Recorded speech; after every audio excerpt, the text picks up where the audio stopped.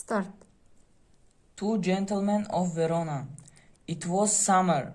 A friend and I were driving from Switzerland to the lovely old Italian city of Verona. Just outside the city, two small boys stopped us. They were selling strawberries that looked delicious against the green leaves in the boys' baskets. Stop. It was summer. A friend and I were driving from Switzerland to the lovely old Italian city of Verona. Just outside the city, two small boys stopped us. They were selling strawberries that looked delicious against the green leaves in the boys' basket. Start. Don't buy them, our driver said. You will find better strawberries.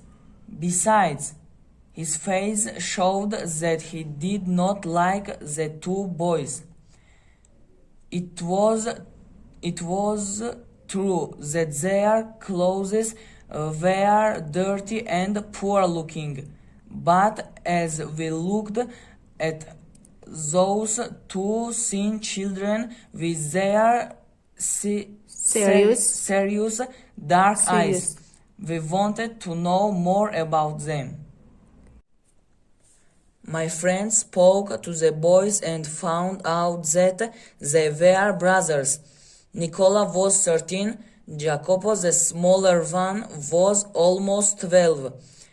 We bought their biggest basket of strawberries and then continued towards Verona. The next morning, coming out of the hotel, we saw the two boys again. They were beside the fountain in the public square, shining the shoes of men who passed by. Who passed by? They were very busy, but they said hello to us in a friendly way. I thought you sold strawberries, I said. We do many things, sir, Nicola answered seriously. He looked at us hopefully. We sometimes guide the people through the city, showing them places of interest. Start. I thought you sold strawberries, I said.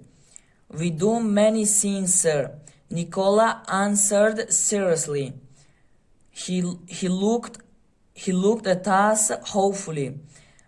We sometimes guide people through the city, showing them places of interest. Start.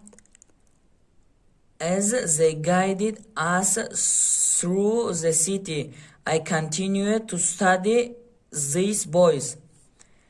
They were children, yes, and they acted like children in many ways, but their faces were serious, and they both had an appearance of purpose that one doesn't often find in small boys. Start. In the weeks that followed, we saw Nicola and Jacopo several times a day. If we wanted the name of a good restaurant or a shop, Nicola and Jacopo were always there to help us. They worked all day under the hot summer sun, shining shoes, selling fruit and newspapers, and guiding people through Verona. They were always busy. Start. One night I saw them in the square. Nicola was sitting on the ground beside the fountains. His face looked tired. Jacopo was asleep with his head on his brother's shoulder. It was almost midnight. The next morning, while Nicola was shining my shoes, I said, "We are leaving Verona tomorrow. Can I do anything for you before we go?" He said, "Every Sunday we go to a village not far from Verona. We usually go by bus, but tomorrow, sir, would you take us in your car?" The next day we drove out of Verona with Nicola and his brother Jacopo. On our way to the village, I asked Nicola, why do you work so hard?" And he began to tell me his story. We are alone in the world except for our sister Lucia. Our mother died when we were very young. Our father, who was a famous singer, died in the early years of the war. We lived in the streets of Verona because we had no one to take care of us. Then Lucia became seriously ill, and we brought her to the hospital in this village. We are happy because we get enough money to pay for food and medicine. Then Jacopo suddenly said, "Please stop here, sir." They got out of the car and said goodbye to us.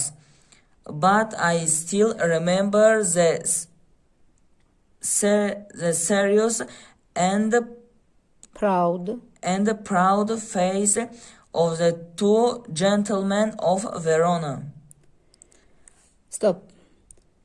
We are alone in the world except for our sister Lucia.